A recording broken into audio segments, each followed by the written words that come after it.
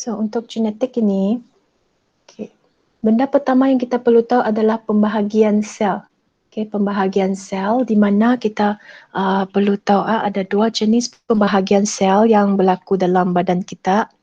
Sepanjang hayat inilah, asalkan kita masih hidup, pembahagian sel akan berlaku. Sebelum itu kita perlu tahu dulu apa yang penting yang membawa maklumat dalam sel kita. Unit paling basic, unit asas semua hidupan adalah sel. Dalam sel kita tahu ada nukleus. Di tengah-tengah sel itu ada nukleus. Jadi apa yang ada di dalam nukleus itu apa yang dia bawa. Yang sebelum ini kita tahu bahawa nukleus adalah pusat penting untuk mengawal semua aktiviti dan yang berlaku dalam sel. Dalam nukleus dia sebenarnya membawa juga kromosom. Struktur kromosom. Apakah kromosom dia merupakan struktur berupakan berbenang halus yang dipintal menjadi satu bentuk macam X. Macam X. Dan bila kita kasih keluarkan, kalau betul-betul kasih buka kromosom ini, salah satu kaki dia, kromatik dia, kalau satu kaki kita panggil kromatik. Bila dibuka, dia sebenarnya terdiri daripada DNA. Yang berbenang kecil itu kamu nampak ialah DNA. Bila kita tengok dekat, DNA adalah berbentuk helix ganda 2. Helix ganda 2.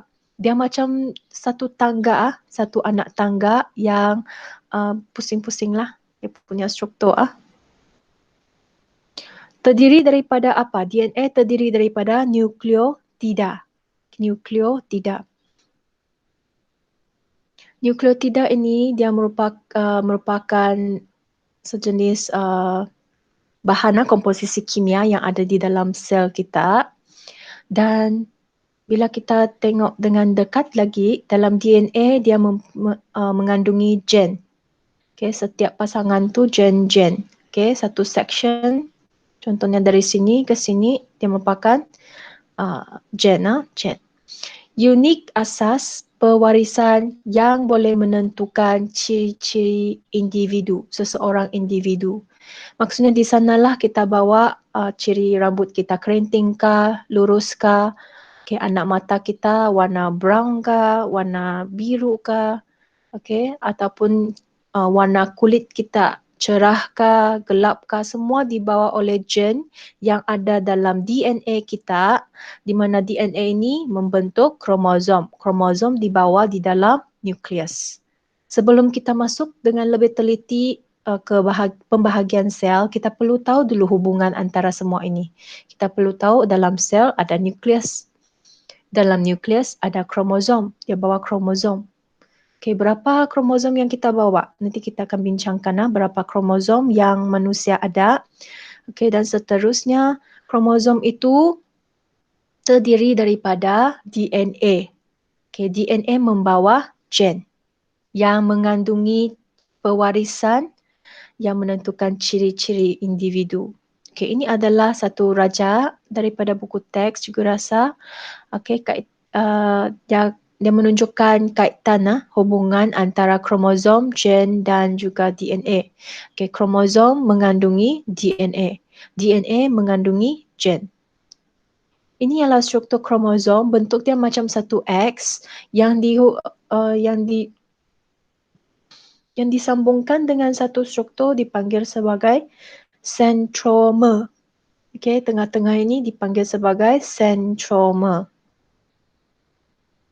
Satu kaki ini merupakan kromatik. Kalau dua, kita panggil kromatik kembar. Setiap kromosom dia mempunyai beberapa jenis gen, iaitu sehingga 200 hingga 300 gen bagi setiap kromosom itu. Satu gen yang memprogramkan warna kulit, satu lagi yang memprogramkan warna rambut kita macam mana. Disebabkan ada banyak jenis gen, maka setiap individu, setiap manusia itu adalah sangat unik. Kita tidak ada dua individu yang 100% sama. Even though kembar pun mereka tidak 100% sama, 100% tidak akan berlakulah sebab gen yang dibawa oleh DNA kita adalah berbeza. So apa itu kromosom? Kromosom, setiap spesies mempunyai bilangan kromosom yang tetap. Contohnya manusia mempunyai 46 kromosom. Jadi bilangan kromosom yang manusia bawa ialah 46. Maksudnya dalam badan kita, setiap sel itu adalah mengandungi 46, badan kita mempunyai 46 kromosom. Setiap kromosom wujud secara berpasangan. Okay. Bila kromosom wujud secara berpasangan, kita panggil sebagai kromosom homolog. Homolog. Okay, homo itu maksudnya sama.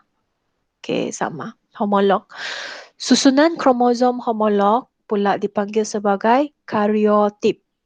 Kariotip. Di dalam sel manusia terdapat dua jenis kromosom. Satu ialah autosom, satu ialah kromosom seks. Autosom ini dia membawa gen yang mengawal sifat individu. Contohnya warna mata, ketinggian, kumpulan darah. Kromosom seks pula dia membawa gen yang menentukan jantina seseorang individu, sesuatu spesies lah.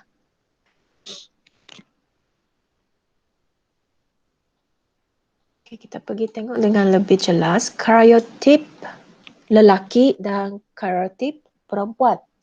Ini ialah kariotip lelaki di mana kita tahu bahawa manusia ada berapa banyak kromosom tadi cikgu sebut? Ada 46. 46. Kariotip ini dia ditunjukkan kromosom itu dia selalu berpasangan. Berpasangan. Okey, dia ada 23 pasang sama dengan 46 kromosom. Sebab darab 2. Okey, setiap satu ini ada sepasang. 23 pasang, maka ada 46 kromosom untuk manusia. Okay, so di sini 1 sampai 22 semua ini adalah kromosom autosom. Okay, autosom yang cikgu bilang tadi ada dua jenis. Satu jenis ialah autosom, satu jenis lagi ialah kromosom seks. Kromosom seks selalunya ditunjukkan pada hujung kariotip manusia. Okay, SY. Kamu boleh nampak Y kromosom dia adalah lebih kecil. So XY ini menunjuk lelaki. Jika perempuan kariotip perempuan, okay, sama juga 23 pasang ada 46. Okay, 46 menunjukkan individu manusia yang sihat, yang tiada kecacatan, tiada masalah mutasi dan sebagainya.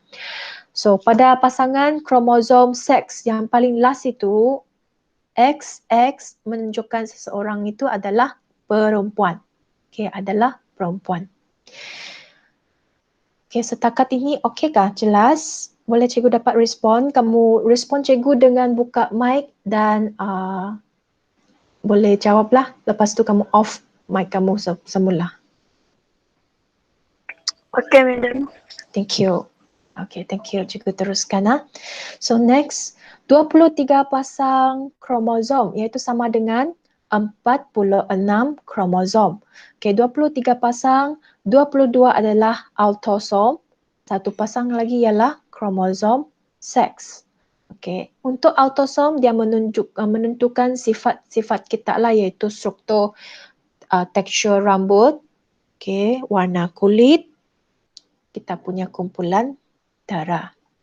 Untuk kromosom seks, satu saja tujuan dia untuk menentukan jantina sama ada lelaki ataupun perempuan. Jika kromosom seks XX adalah perempuan. Kalau lelaki, kromosom seks, pasangan kromosom seks dia akan menunjukkan XY. Okay, XY. Ini dia peta kromosom seorang lelaki. XY. Perempuan XX. daripada pasangan kromosom yang pertama sampai kepada ke-22, semuanya ada 44 kromosom untuk menentukan sifat. Itu ialah autosom, autosom, lelaki perempuan sama. Okey, untuk kromosom seks, dia adalah kromosom pasangan yang ke-23. Biasanya tidak akan dituliskan nombor. Dia akan gantikan dengan XY ataupun XX sahaja.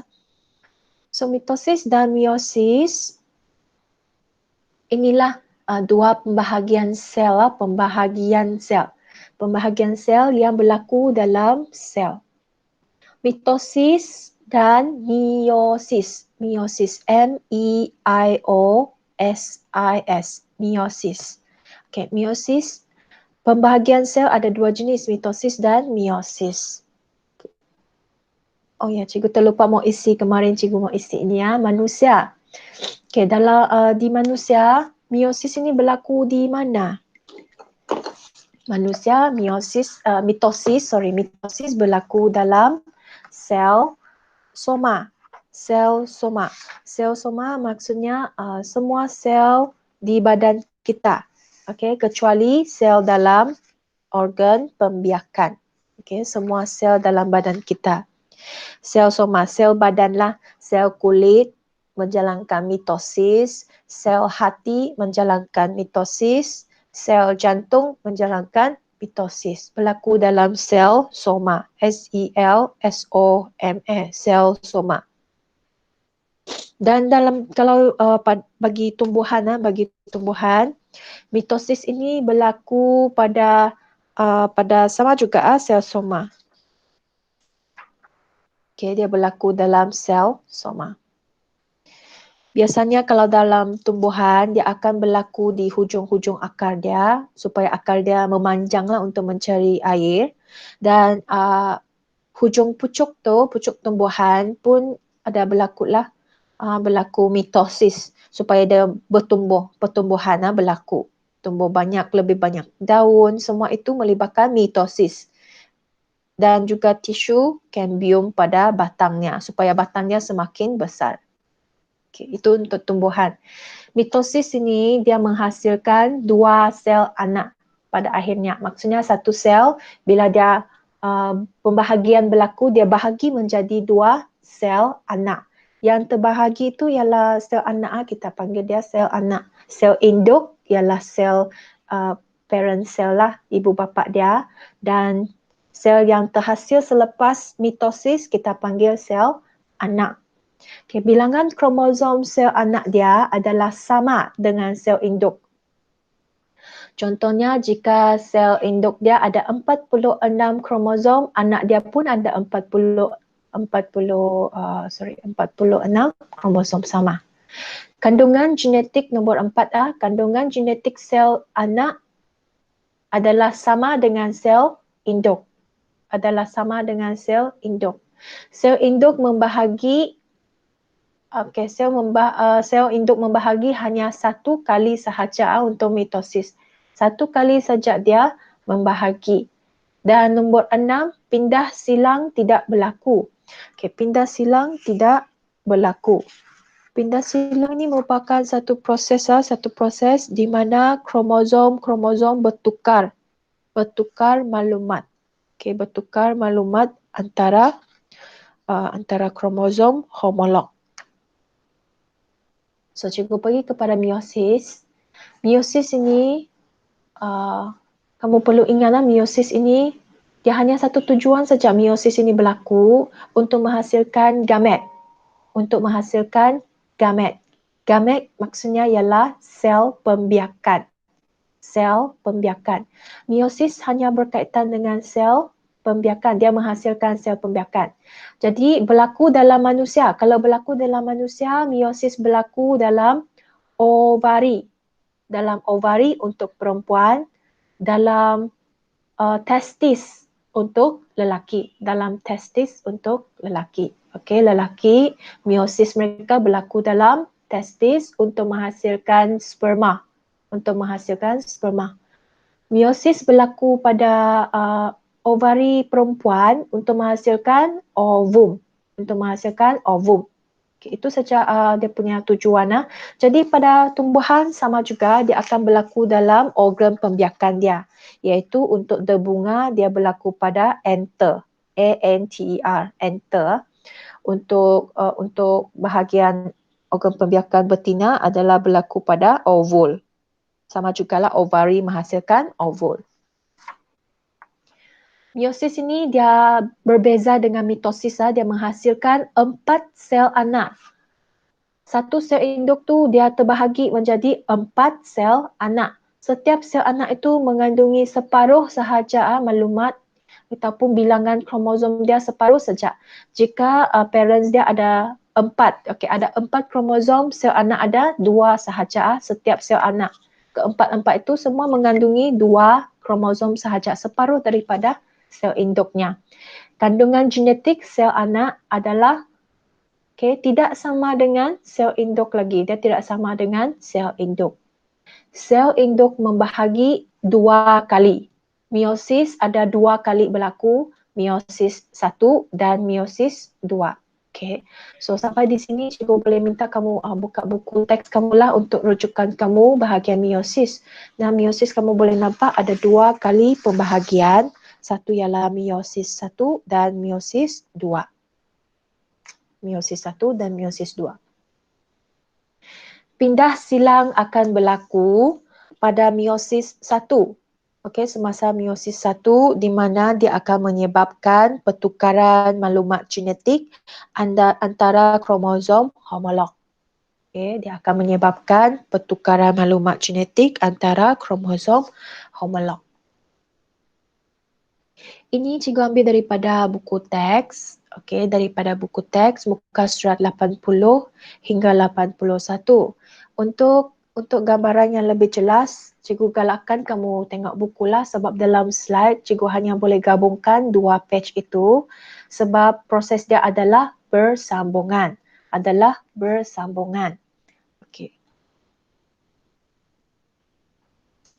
Cikgu akan mula dengan mitosis dulu. Mitosis dia ada 4 fasa. Kita panggil semua ini adalah fasa, 4 fasa. Ada profasa, metafasa, anafasa dan telofasa. Okay. Macam mana kamu mau ingat ini fasa-fasa dengan lebih senang? Cikgu ajar kamu satu cara. Kamu ingat Profesor Matt. Profasa, P, Matt, M-A-T. Matt. Profesor Matt. Jadi kamu ingatlah fasa-fasa dia. Untuk profasa apa yang berlaku dalam sel sekarang pada fasa ini? Fasa ini kromosom akan memendek dan menebal. Dia menjadi pendek dan tebal. Dan jelas kelihatan bila diperhatikan di bawah mikroskop, setiap kromosom terdiri daripada 2 kromatik, yang bercantum pada sentroma seperti yang cikgu terangkan tadi, kromosom di tengah-tengah dia yang bulatan kecil itu dipanggil sebagai sentroma. Sentroma. Gentian gelendong. Ya, macam star ini ya. Star ini ialah gentian gelendong. Dia merupakan gentian-gentian mula terbentuk. Membran nukleus dan nukleolus terurai. Sini, membran nukleus itu menjadi garisan putus-putus sudah. Dia akan terurai pada fasa profasa ni. Profasa dia akan terurai. Dan yang kedua, metafasa. Metafasa. Pada metafasa, kromosom akan tersusun di sata khatulistiwa. Seperti kita belajar geografi dulu, satu bulatan tengah-tengah bumi, tengah-tengah itu ialah khatulistiwa kan?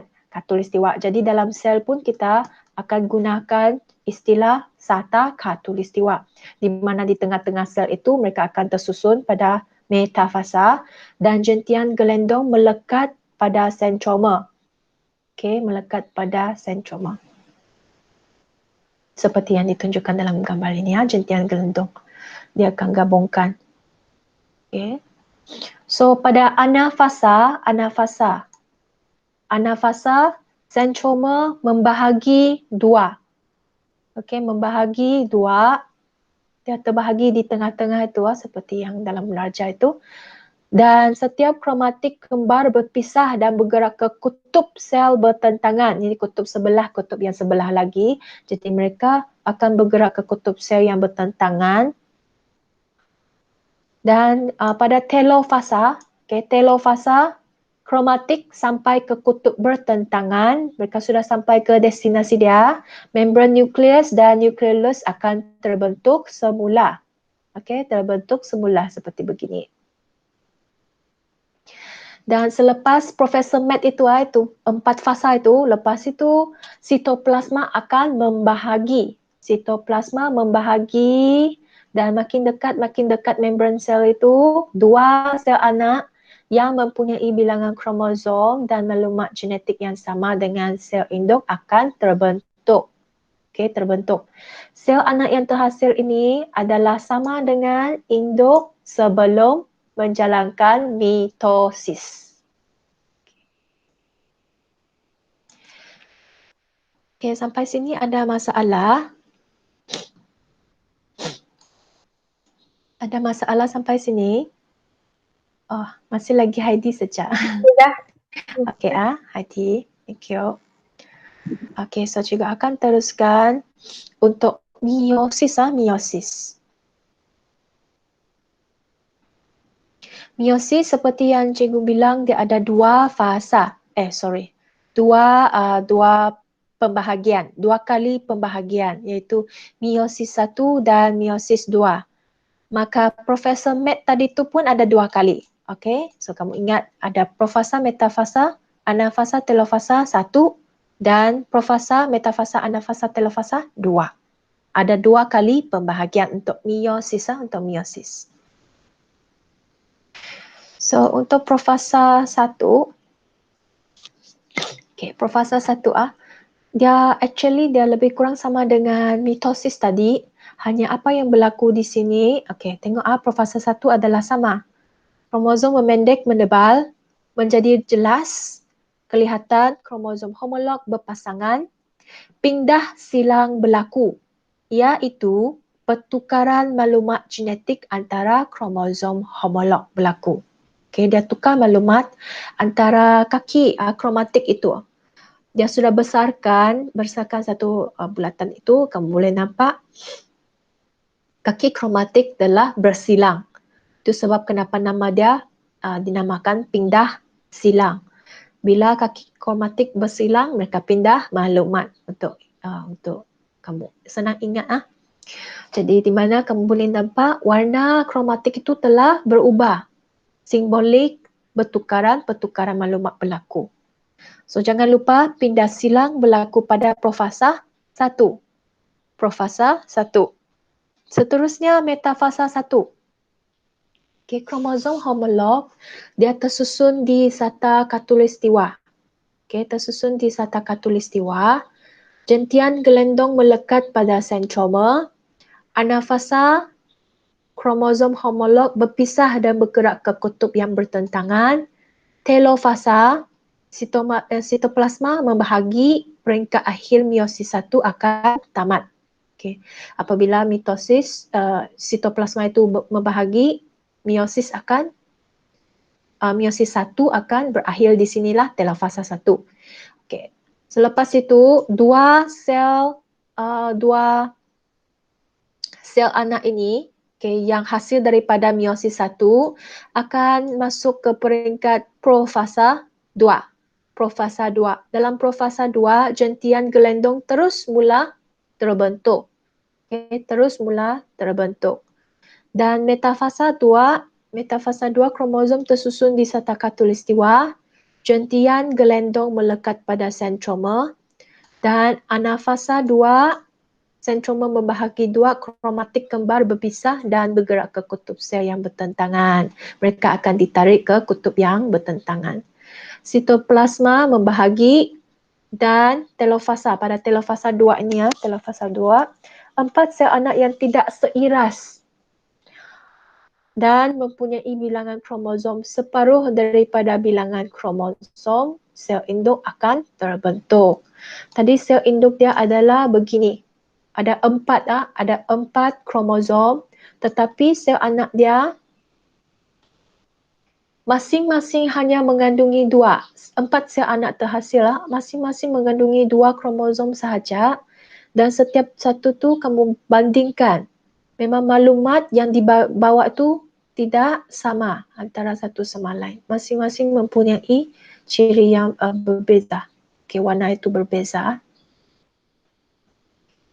Itu ialah meiosis 1 dan meiosis 2. Okay, meiosis 1 dan meiosis 2.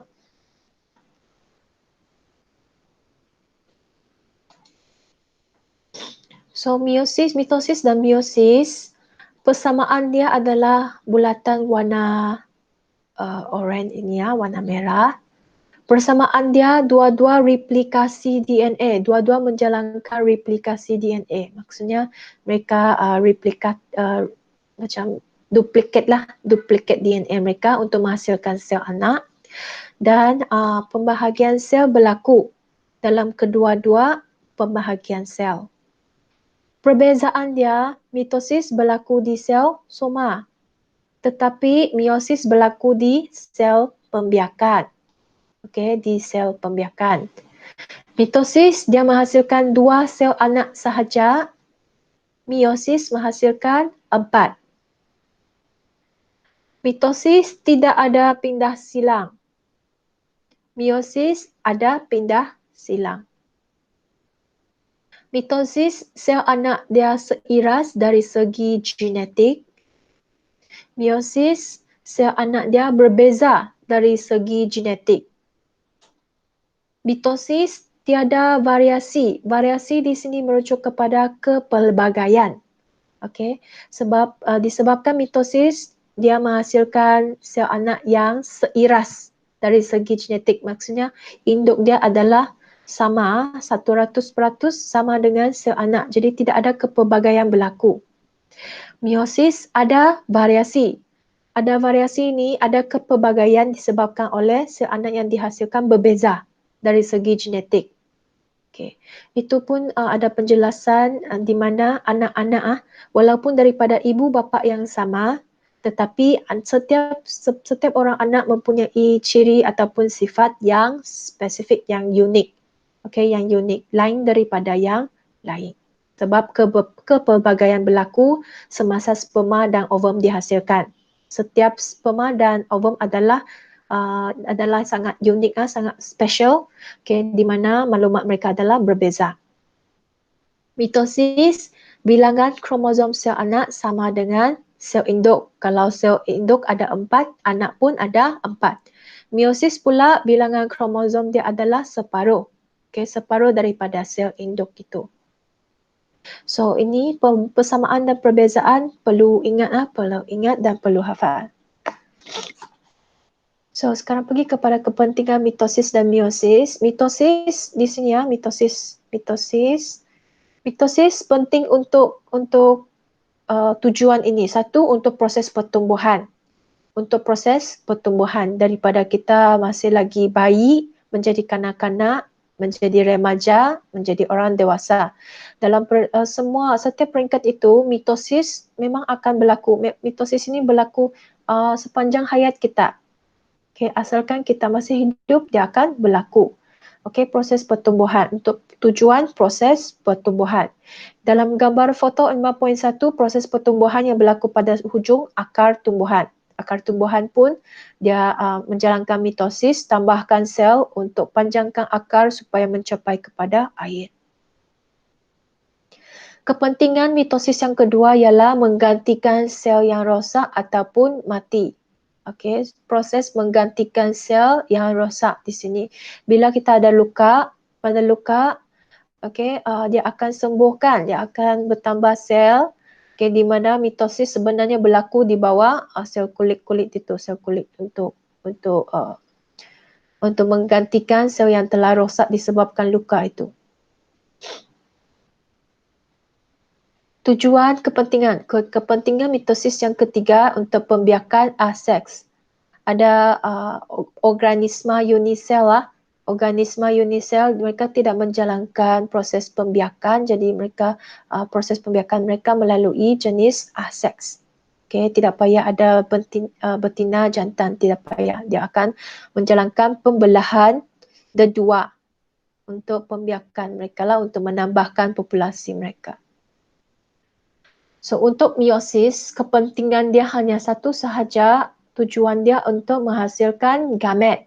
Okay, gamet ini merujuk kepada sel pembiakan, iaitu sperma dan ovum.